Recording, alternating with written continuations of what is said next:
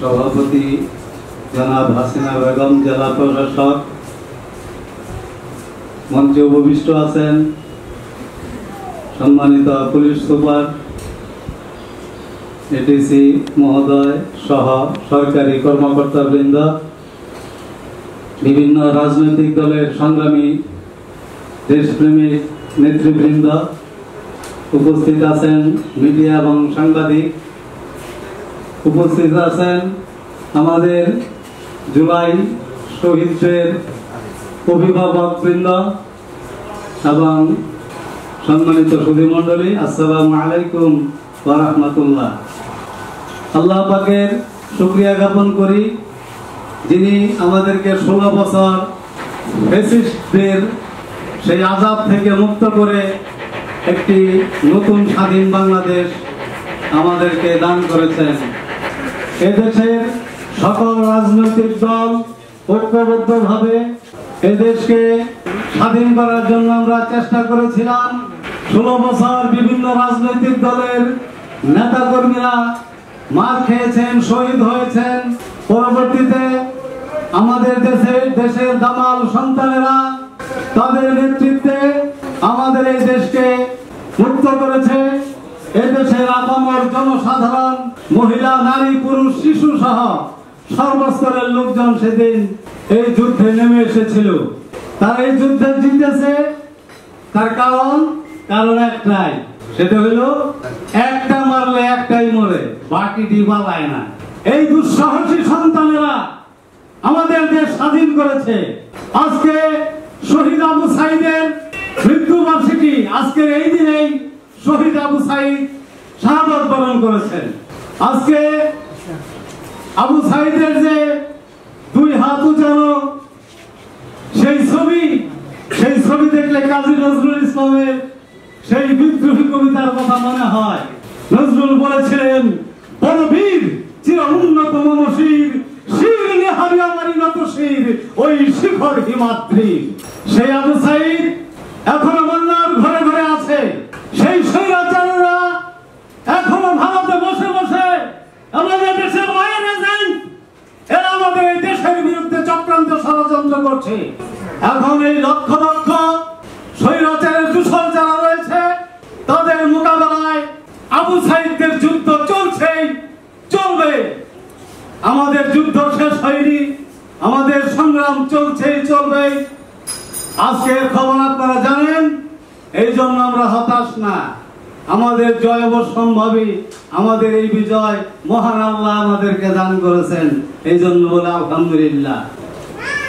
আমাদের নজরুলের বিদ্রোহী কবিতার শেষ লাইন আমার মনে পড়ে, জমি উৎপীড়িতের ক্রন্দন রোল আকাশে বাতাসে ধরিবে না, অত্যাচারীর খড়গ কৃপণ ভীম রণভূমে রণিবে না, আমি সেই দিন হব শান্ত, মহাবিদ্রোহী অনুক্লান্ত।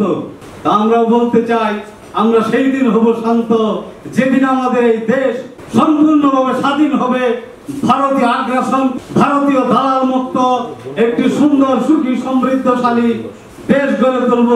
সেই প্রত্যাশায় সবাইকে ধন্যবাদ। ইনকিলাব জিন্দাবাদ, মুজিববাদ মুর্দাবাদ, সকলকে ধন্যবাদ। ইতিহাস সাক্ষী, পৃথিবীর পরিবর্তন হয়েছে রক্তের বিনিময়ে, জীবনের বিনিময়ে। আবু সাঈদের জীবন প্রথম যায়। জীবনের বিনিময়ে আন্দোলন সংগ্রাম পর্যায়ক্রমে বৃহৎ আকারে ধারণ করে। আবু সাঈদ শহীদ হওয়ার সাথে সাথে আমার দলের আমির ইস্তেমাদুল বাংলাদেশ, তার পক্ষ থেকে প্রকাশ্যে প্রতিবাদ করা হয়েছিল, আমার সন্তানকে কিভাবে গুলি করা হলো। সাথে সাথে গুলির পরে আমাদের কেন্দ্রীয় কর্মসূচি ছিল 26শে জুলাই দেশব্যাপী প্রতিবাদ সমাবেশ, এবং ঢাকা বিশ্ববিদ্যালয় অতর্কিতভাবে ছাত্র জনতা এবং ছাত্রীদের উপর যেভাবে হামলা করা হয়েছিল এর প্রতিবাদে আমরা 26শে জুলাই জামালপুরে প্রতিবাদ সমাবেশ করেছিলাম। আমাদের প্রশাসন ভবনে বাধা দিয়েছিল, আমরা বাইরে হবেন না, বাইরে ফেলবো, গুলি করবো, আমরাও গুলি করবো, ছাত্রলীগ গুলি করবো। তারপরেও আমার প্রমাণ রয়েছে, আমরা 26শে জুলাই জামালপুরে বৃহৎ আকারে মিছিল করেছিলাম।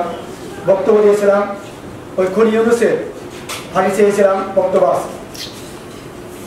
আসলে এভাবে যদি আমরা সংস্কার সমস্ত দল যদি সংস্কার প্রতিবাদ না করতাম তাহলে আগে সম্ভব হতো না। আমরা জানেন আমাদের ইসলাম আন্দোলনের সিনিয়র নায়েব আমির বঙ্গবীর মুফতি ফজল করিম সবসময় আমাদের ছাত্র দলের সাথে ছিল। 1 তারিখ 2 তারিখ 3 তারিখ 4 তারিখ 5 তারিখে দ্বারা ভেঙে আমাদের ফজল করিমের নেতৃত্বে প্রায় 2 লক্ষ লোক গণমূল উদ্দেশ্যে রওনা দিয়েছিল। এরপরে আমার ছাত্র জনতার সাহস পায় এবং তারা সহ 100 জন হামলা করা শুরু হলো। এরপরে স্বৈরাচার সরকার খুনি সরকার বাঁধতে বাধ্য হয়েছে। প্রিয় ভাইরা আমার, আসলে আজকের এই মার কান্না আমরা শুনলাম সকলের ছেলেমেয়েরা। আমার তো ছেলে হতো, আমি জানতে পারতাম কেমন লাগতো আমার ছেলে যদি শহীদ,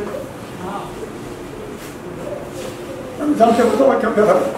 আজকের মার কান্না, হাজারো মা, প্রায় 2000 ছেলে শহীদ হয়েছে, তাদের কান্না এভাবে হইতেছে, প্রত্যেক ঘরে কাঁদতেছে।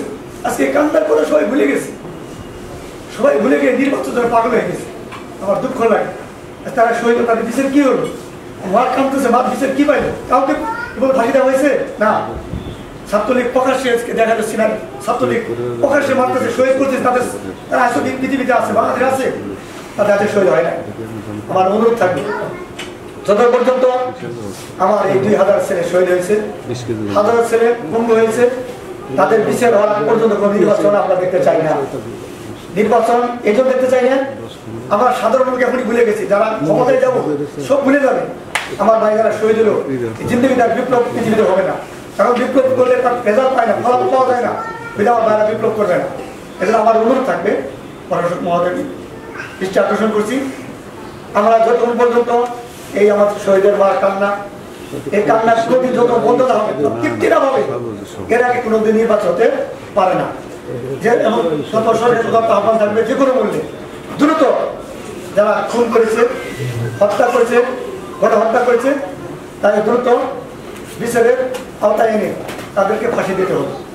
এরপরে দেশ শান্ত হয়ে আমাদের অনেক সংস্কার রয়েছে, সংস্কার করে যারা নির্বাচন করবে তাদের গেলে সাজাই, তারপর নির্বাচন দিলে আমরা যে আজ শহীদ হয়ে গেলে আমার 2000 ছেলে, 2000 ছাত্র জনতা, অনেক কোরআনের পাখি আছে, হাফেজে কোরআন আছে, তারা শহীদ হয়েছে, তাহলে শহীদের আত্মাগুলি একটু শান্তি পাবে।